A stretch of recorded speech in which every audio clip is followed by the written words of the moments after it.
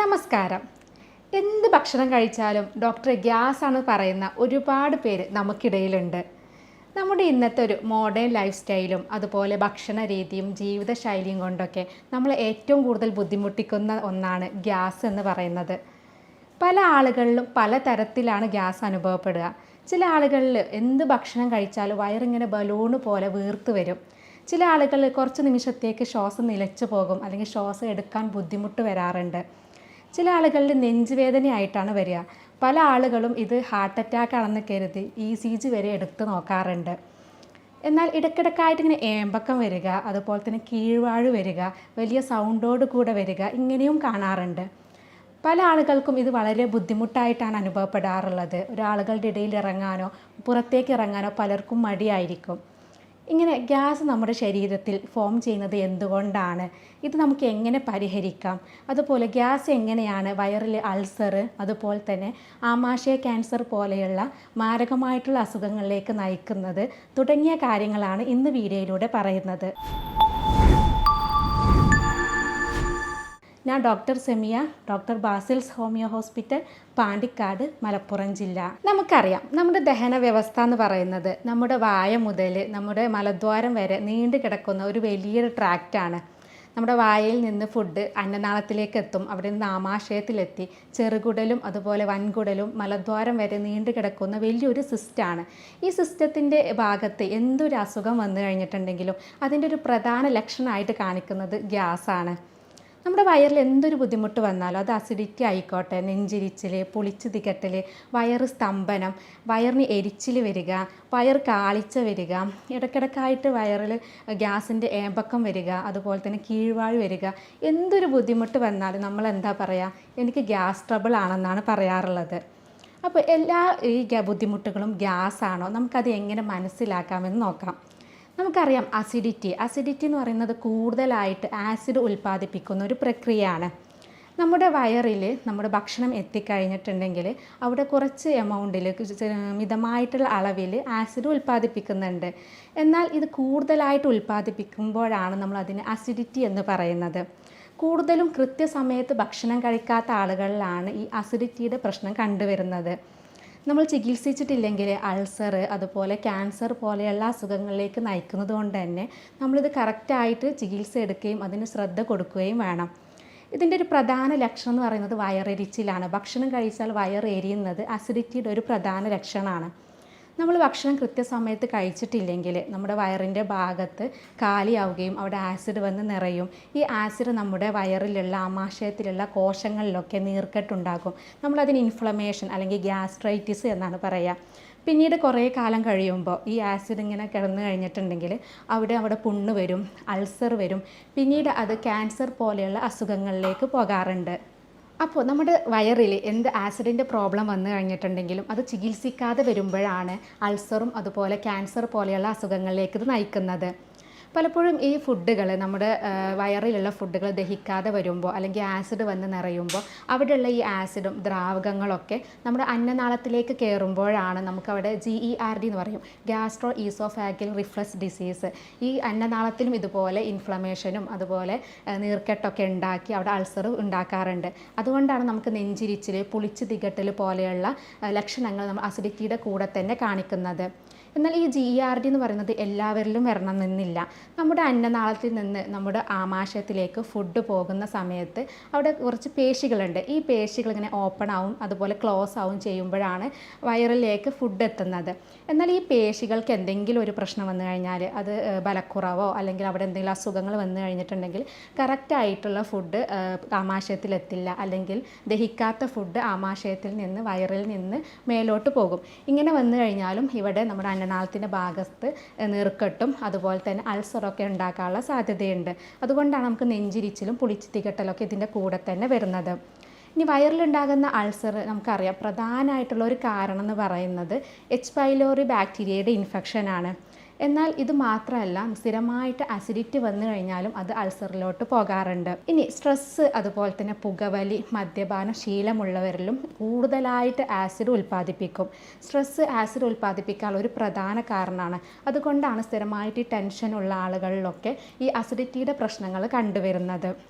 അപ്പോൾ ഇത്തരം കാരണങ്ങൾ കൊണ്ടൊക്കെ അസിഡിറ്റി വരാം. എന്നാൽ ചില ഭക്ഷണങ്ങളുണ്ട്, ചില ഭക്ഷണങ്ങളും ആസിഡ് ഉൽപ്പാദിപ്പിക്കാറുണ്ട്.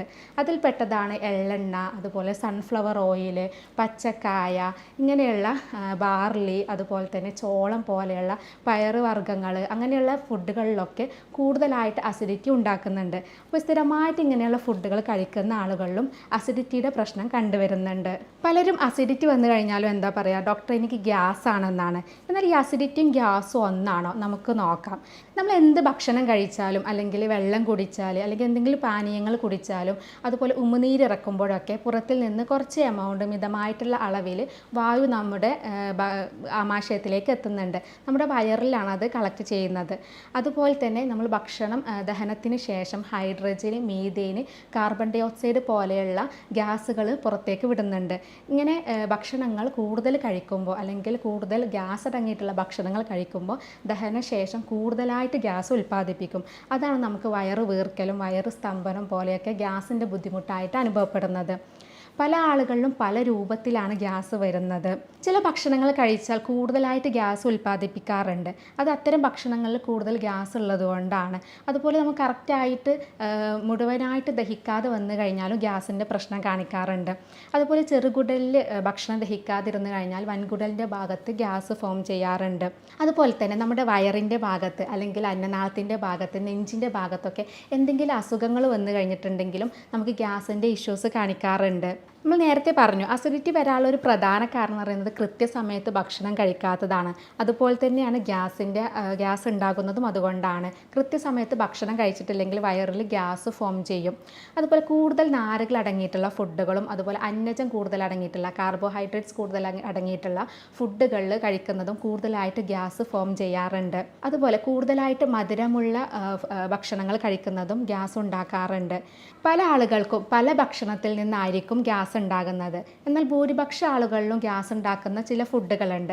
അതായത് പയറ് വർഗ്ഗങ്ങൾ, കിഴങ്ങ് വർഗ്ഗങ്ങൾ, അതുപോലെ തന്നെ പരിപ്പ് വർഗ്ഗങ്ങൾ, ഇവയിലൊക്കെ കൂടുതലായിട്ട് ഗ്യാസ് ഫോം ചെയ്യുന്നുണ്ട്. അതുപോലെ ക്യാബേജ്, കോളിഫ്ലവർ, എണ്ണ അടങ്ങിയിട്ടുള്ള ഫുഡുകൾ, അധികം മസാല അടങ്ങിയിട്ടുള്ള ഫുഡുകളിലൊക്കെ ഗ്യാസ് കൂടുതലുണ്ട്. അപ്പോൾ ഇത്തരം ഫുഡുകൾ കഴിച്ച് കഴിഞ്ഞിട്ടുണ്ടെങ്കിലും ഗ്യാസ് നമുക്ക് കൂടുതലായിട്ട് ഫോം ചെയ്യാം.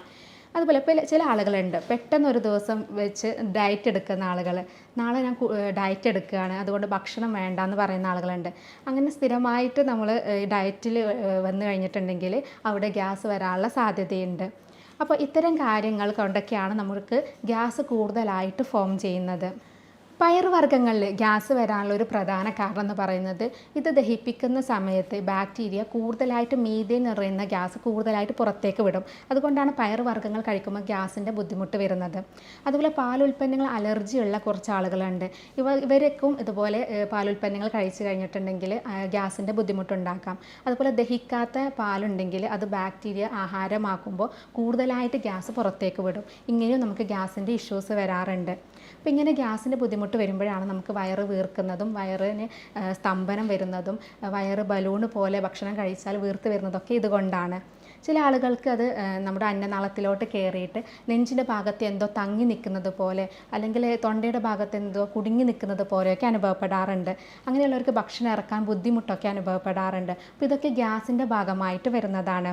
ഇനി നേരത്തെ പറഞ്ഞു, ഭക്ഷണത്തിലല്ലാതെ നമുക്ക് പല രോഗങ്ങൾ കൊണ്ടും ഗ്യാസ് വരാം. നമ്മുടെ അന്നനാളത്തിൽ വരുന്ന ഈസോഫാഗൈറ്റിസ്, അതുപോലെ അൾസർ, ആമാശയത്തിൽ വരുന്ന ഗ്യാസ്ട്രൈറ്റിസ്, അൾസർ, പുണ്ണ്, ആമാശയ ക്യാൻസർ പോലെയുള്ള മാരകമായിട്ടുള്ള രോഗങ്ങളുടെ കൂടെയും നമുക്ക് ഗ്യാസിൻ്റെ ലക്ഷണങ്ങൾ കാണിക്കാറുണ്ട്. ചില ആളുകൾ ഇങ്ങനെ ഗ്യാസ് വരുമ്പോൾ പലപ്പോഴും അത് നിസ്സാരമാക്കുകയാണ് ചെയ്യാറുള്ളത്. ചെറിയൊരു ഗ്യാസിൻ്റെ ഇഷ്യൂ അല്ലേ എന്ന് പറഞ്ഞ് നമ്മൾ വീട്ടിലൊക്കെ എന്തെങ്കിലും പൊടിക്കൈകളൊക്കെ ചെയ്തിട്ട് അത് മാറ്റിയെടുക്കുകയാണ് ചെയ്യാറുള്ളത്.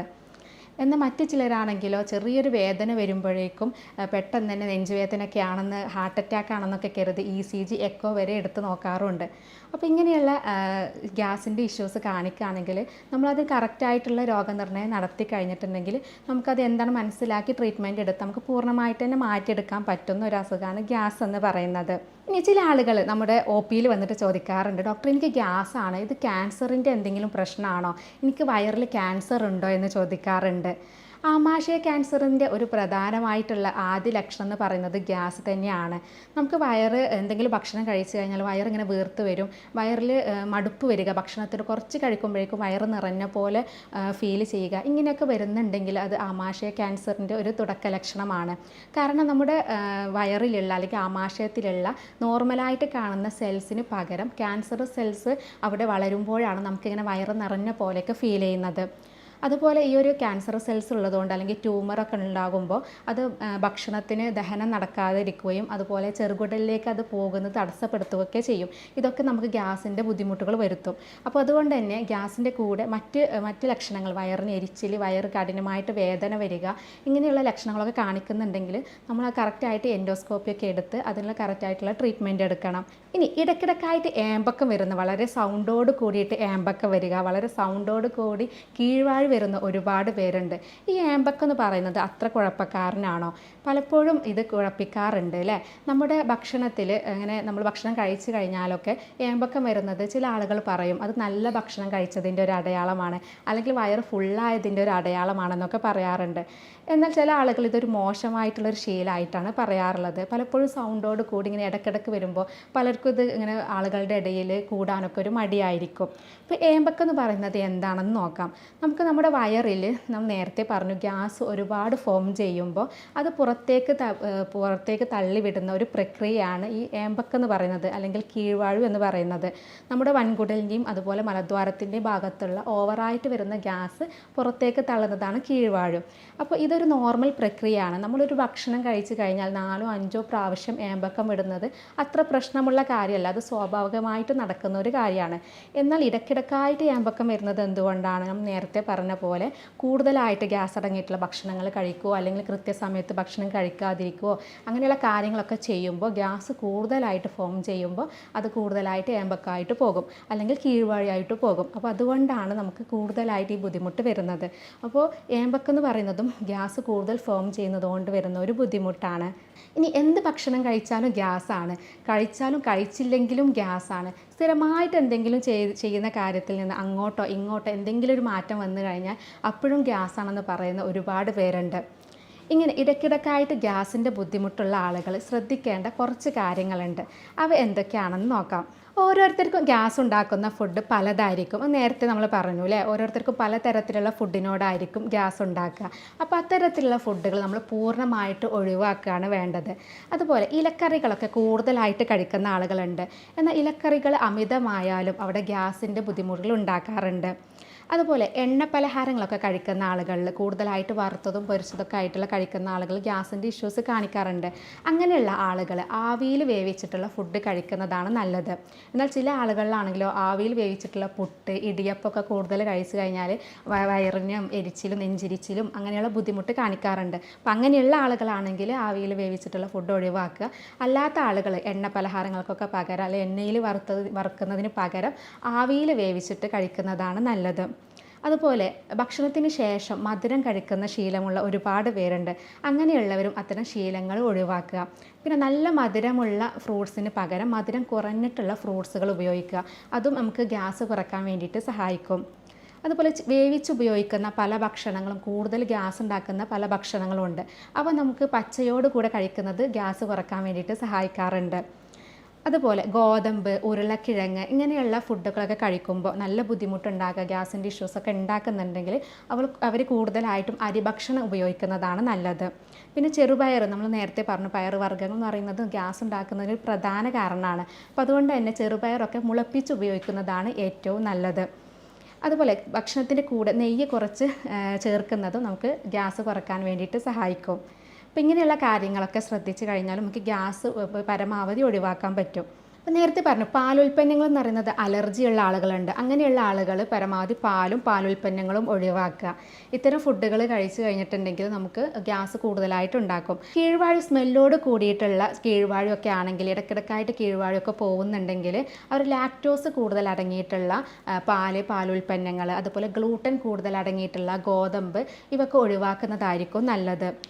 അതുപോലെ തന്നെ നമുക്ക് കൂടുതലായിട്ട് ഗ്യാസ് അടങ്ങിയിട്ടുള്ള ഫുഡുകൾ, പയറുവർഗ്ഗങ്ങൾ, ഉരുളക്കിഴങ്ങ്, അതുപോലെ തന്നെ പച്ചക്കായ, ഇങ്ങനെയുള്ള ചില ഫുഡുകൾ കഴിച്ചു കഴിഞ്ഞാൽ നമുക്ക് ഏത് ഫുഡാണോ നമുക്ക് ഗ്യാസ് ഉണ്ടാക്കുന്നത് അത്തരം ഫുഡുകൾ പരമാവധി ഒഴിവാക്കുക.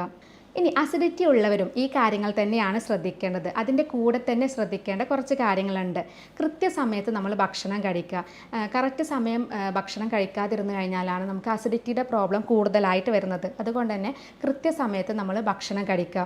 കൂടുതലായിട്ട് ആസിഡ് അടങ്ങിയിട്ടുള്ള ചെറുനാരങ്ങ, അതുപോലെ തന്നെ മുന്തിരി, ഓറഞ്ച് പോലെയുള്ള പുളിയുള്ള ഫ്രൂട്ട്സുകൾ, പുളിയിട്ട കറി, ഇങ്ങനെയുള്ള ഭക്ഷണങ്ങളൊക്കെ പൂർണ്ണമായിട്ട് തന്നെ ഒഴിവാക്കുക. ഇത് അസിഡിറ്റി കുറക്കാൻ വേണ്ടിയിട്ട് സഹായിക്കും. അതുപോലെ ഭക്ഷണത്തിൻ്റെ കൂടെ തന്നെ വെള്ളം കുടിക്കുന്ന ഒരുപാട് പേരുണ്ട്. അങ്ങനെയുള്ള ആളുകൾ ഭക്ഷണത്തിൻ്റെ കൂടെ വെള്ളം കുടിക്കുന്നതിന് പകരം ഭക്ഷണത്തിൻ്റെ ഒരു അരമണിക്കൂർ മുന്നേ ആയിട്ടോ അല്ലെങ്കിൽ ഭക്ഷണത്തിന് ശേഷം ഒരു അരമണിക്കൂറിന് ശേഷമോ വെള്ളം കുടിക്കുന്നതാണ് നല്ലത്. അതുപോലെ ഈ അസിഡിറ്റി ഉള്ള ആളുകൾ ധാരാളമായിട്ട് വെള്ളം കുടിക്കുക. എന്നാൽ ഈ ആസിഡ് കൂടുതൽ ഉൽപ്പാദിപ്പിക്കുമ്പോൾ അത് വെള്ളമായിട്ട് ചേർന്നിട്ട് അതിൻ്റെ വീര്യം കുറക്കും. അപ്പോൾ അതുകൊണ്ട് തന്നെ നമുക്ക് അസിഡിറ്റി ഉള്ള ആളുകൾ കൂടുതലായിട്ട് വെള്ളം കുടിക്കുന്നതും നല്ലതാണ്. ഭക്ഷണം നന്നായിട്ട് ചവച്ചരച്ചിട്ട് കഴിക്കുക. അതുപോലെ സാവധാനം കഴിക്കുക. അതുപോലെ തന്നെ ഇടയ്ക്കിടയ്ക്ക് ആയിട്ട് ഭക്ഷണം കഴിക്കുക. നമ്മൾ കൂടുതൽ അമിതമായിട്ട് ഒരുമിച്ച് കഴിക്കുന്നതിന് പകരം ഇടയ്ക്കിടയ്ക്ക് ആയിട്ടുള്ള ഇടവേളകളിൽ ഫ്രൂട്ട്സോ അല്ലെങ്കിൽ അങ്ങനെ ഭക്ഷണങ്ങൾ എന്തെങ്കിലും ആയിട്ട് കഴിക്കുക. ഇതും നമുക്ക് ആസിഡിറ്റി കുറക്കാൻ വേണ്ടിയിട്ട് സഹായിക്കാറുണ്ട്. പലർക്കുമുള്ള ഒരു ശീലമാണ് ഉച്ചമയക്കം. ഭക്ഷണം കഴിച്ച ഉടനെ പോയിട്ടൊരു കിടത്തുണ്ട്. ഇങ്ങനെയുള്ള ശീലമുള്ള ആളുകളാണെങ്കിൽ പൂർണ്ണമായിട്ട് തന്നെ അത് ഒഴിവാക്കണം. കാരണം ഭക്ഷണം കഴിച്ച ഉടനെ കിടന്നു കഴിഞ്ഞിട്ടുണ്ടെങ്കിൽ ദഹിക്കാത്ത ഫുഡുകൾ അന്നനാളത്തിലോട്ട് കയറിയിട്ടാണ് നെഞ്ചിരിച്ചിലും അസിഡിറ്റിയുടെ പ്രശ്നങ്ങളൊക്കെ ഉണ്ടാക്കുന്നത്. അതുകൊണ്ട് തന്നെ ഭക്ഷണം കഴിച്ച ഉടനെയുള്ള കിടത്തം ഒഴിവാക്കുക. അതുപോലെ തന്നെയാണ് രാത്രി കാലങ്ങളിലും വൈകി കഴിക്കുന്ന ആളുകളാണെങ്കിൽ കുറച്ച് സമയം നടന്ന് 1 മണിക്കൂറൊക്കെ നടത്തം കഴിഞ്ഞതിന് ശേഷം വേണം കിടക്കാൻ. അപ്പോൾ ഇങ്ങനെയുള്ള കാര്യങ്ങളും ശ്രദ്ധിക്കുക. അതുപോലെ വ്യായാമം ചെയ്യുന്നതും നല്ലതാണ്. അസിഡിറ്റി കുറക്കാനും അതുപോലെ ഗ്യാസിൻ്റെ ബുദ്ധിമുട്ടുകളൊക്കെ കുറക്കാൻ വേണ്ടിയിട്ട് നമ്മൾ ഡെയിലി ഒരു വ്യായാമം ചെയ്യുന്നത് നല്ലതാണ്. വ്യായാമത്തിൻ്റെ കൂടെ തന്നെ നമ്മൾ അടിവയറിൻ്റെ ഭാഗം നന്നായിട്ട് കൈകൊണ്ട് മസാജ് ചെയ്യുന്നതും ഗ്യാസ് കുറക്കാൻ വേണ്ടിയിട്ട് സഹായിക്കും. 2 ഇടുപ്പെല്ലിൻ്റെ ഭാഗത്ത് കൈ വെച്ച് അത് വൃത്താകൃതിയിൽ ഇങ്ങനെ മസാജ് ചെയ്യുക. നമ്മുടെ വാരിയെല്ലിൻ്റെ ഭാഗത്തേക്ക് മേലോട്ടായിട്ട് ചലിപ്പിച്ച് ചെയ്ത് കഴിഞ്ഞിട്ടുണ്ടെങ്കിൽ നമുക്ക് ഗ്യാസ് കുറക്കാൻ വേണ്ടിയിട്ട് സഹായിക്കും. ഇനി ഇങ്ങനെ സ്ഥിരമായിട്ട് അസിഡിറ്റി അതുപോലെ തന്നെ ഗ്യാസിൻ്റെ ഇഷ്യൂസ് വരുന്ന ആളുകളാണെങ്കിൽ വീട്ടിൽ വെച്ച് ചെയ്യാവുന്ന കുറച്ച് പൊടിക്കൈകൾ പറഞ്ഞു തരാം. മാനസികമായിട്ടുള്ള പിരിമുറക്കം കൂടുതലുള്ള ആളുകളിലും ഞാൻ നേരത്തെ പറഞ്ഞു അസിഡിറ്റി കൂടുതലായിട്ട് കണ്ടുവരാറുണ്ട്. അപ്പോൾ സ്ട്രെസ്സ് കാര്യങ്ങളൊക്കെ പരമാവധി ഒഴിവാക്കുക. അതുപോലെ പുകവലി, മദ്യപാന ശീലമുള്ളവരും അസിഡിറ്റി പ്രശ്നം ഉണ്ടാക്കുന്നത് കൊണ്ട് തന്നെ അത്തരം ശീലങ്ങൾ ഒഴിവാക്കുന്നതാണ് നല്ലത്. ഇനി ഇത്തരത്തിൽ ഗ്യാസിൻ്റെ ബുദ്ധിമുട്ടും ആസിഡിറ്റിയൊക്കെ ഉള്ള ആളുകളാണെങ്കിൽ നമുക്ക് വീട്ടിൽ വെച്ച് ചെയ്യാവുന്ന കുറച്ച് പൊടിക്കൈകളുണ്ട്. അവ എന്തൊക്കെയാണെന്ന് നോക്കാം. അതിലൊന്നാമത് പറയുന്നത് ജീരകമാണ്. ജീരകം വെള്ളത്തിലിട്ട് തിളപ്പിച്ച് കുടിക്കുന്നത് വളരെ നല്ലതാണ്. അത് കൂടുതലായിട്ട് എസൻഷ്യൽ ഓയിൽ അടങ്ങിയിട്ടുണ്ട്. ഇത് നമ്മുടെ ഭക്ഷണം നല്ല രീതിയിൽ ദഹിപ്പിക്കാൻ വേണ്ടിയിട്ട് സഹായിക്കുന്നതാണ്. രണ്ടാമത് പറയുന്നത് കായം. ചെറിയ ചൂടുവെള്ളത്തിൽ ചേർത്തിട്ട് അത് കുടിക്കുന്നത് നമുക്ക് ദഹനം കറക്റ്റ് നടക്കാനും നമ്മുടെ ശരീരത്തിലുള്ള അല്ലെങ്കിൽ ആമാശയത്തിലുള്ള ചീത്ത ബാക്ടീരിയയെ നശിപ്പിക്കാൻ വേണ്ടിയിട്ട് സഹായിക്കുന്നതാണ് കായം എന്ന് പറയുന്നത്. അപ്പോൾ ഇതും നമുക്ക് വീട്ടിൽ വെച്ച് ചെയ്യാവുന്ന ഒരു പൊടിക്കൈയാണ്. അതുപോലെ മറ്റൊന്നാണ് ഇഞ്ചി. ഒരുപാട് ആൻറ്റി ഓക്സിഡൻസ് അടങ്ങിയിട്ടുള്ളതാണ് ഇഞ്ചി. അപ്പോൾ നമുക്ക് ഭക്ഷണത്തിന് ശേഷം ഇഞ്ചിനീര് കുടിക്കുന്നത്, അതുപോലെ ഇഞ്ചിയിട്ട് തിളപ്പിച്ചിട്ട് വെള്ളം കുടിക്കുന്നത്, അതുപോലെ ഇഞ്ചി ചായ കുടിക്കുന്നതൊക്കെ വളരെ നല്ലതാണ്. അതുപോലെ അയമോദകം, 1 ടീസ്പൂൺ അയമോദകവും അതുപോലെ 1 ടീസ്പൂണ് കല്ലുപ്പും ചേർത്ത് വെള്ളത്തിലിട്ട് തിളപ്പിച്ചിട്ട് അതിൻ്റെ വെള്ളം കുടിക്കുന്നതും നമുക്ക് ഗ്യാസും അതുപോലെ അസിഡിറ്റിയൊക്കെ കുറയാൻ വേണ്ടിയിട്ട് സഹായിക്കും. അതുപോലെ തന്നെയാണ് ജാതിക്ക ചുട്ടരച്ചിട്ട് അത് തേനിൽ ചേർത്തിട്ട് കഴിക്കുന്നതും നമുക്ക് ഗ്യാസ് പോകാൻ വേണ്ടിയിട്ട് സഹായിക്കും. വെളുത്തുള്ളിയും അതുപോലെ ഗ്യാസ് പോകാൻ വേണ്ടിയിട്ട് സഹായിക്കുന്ന ഒന്നാണ്. വെളുത്തുള്ളി നന്നായിട്ട് ചതച്ച് ഒരു 2-3 ഇല്ലി എടുത്ത് ചതച്ച് ഒരു ഗ്ലാസ് പാലിൽ ചേർത്ത് തിളപ്പിച്ചിട്ട് അത് കുടിക്കുന്നത് വളരെ നല്ലതാണ്. അല്ലെങ്കിൽ വെളുത്തുള്ളി ഇട്ട് തിളപ്പിച്ച് വെള്ളം കുടിക്കുന്നതും നല്ലതാണ്. എന്നാൽ പാൽ അലർജി ഉള്ളതോ അല്ലെങ്കിൽ പാൽ ഗ്യാസ് ഉണ്ടാക്കുന്ന ആളുകളാണെങ്കിൽ പാൽ ഒഴിവാക്കുന്നതായിരിക്കും നല്ലത്. അതുപോലെ ഗ്രാമ്പു ഇട്ട് തിളപ്പിച്ചിട്ടുള്ള വെള്ളം കുടിക്കുന്നതും ഗ്യാസും അസിഡിറ്റിയൊക്കെ കുറക്കാൻ വേണ്ടിയിട്ട് സഹായിക്കും. അപ്പോൾ ഇത്തരം പൊടിക്കൈകളൊക്കെ ചെയ്ത് കഴിഞ്ഞാൽ ഒരു പരിധി വരെ നമുക്ക് ആശ്വാസം കിട്ടാറുണ്ട്. അത് നമുക്ക് ഗ്യാസ് വരാതിരിക്കാനും, ഗ്യാസ് ഉള്ള ആളുകൾ പെട്ടെന്നൊക്കെ ഗ്യാസ് കയറിയിട്ട് വയറ് സ്തംഭനമൊക്കെ വന്ന ആളുകളാണെങ്കിൽ ഈ കാര്യങ്ങൾ ചെയ്ത് കഴിഞ്ഞിട്ടുണ്ടെങ്കിൽ പെട്ടെന്ന് ഗ്യാസ് ഏമ്പക്കമായിട്ടോ അല്ലെങ്കിൽ കീഴ്വായുമായിട്ടോ പോകാൻ വേണ്ടിയിട്ട് സഹായിക്കും.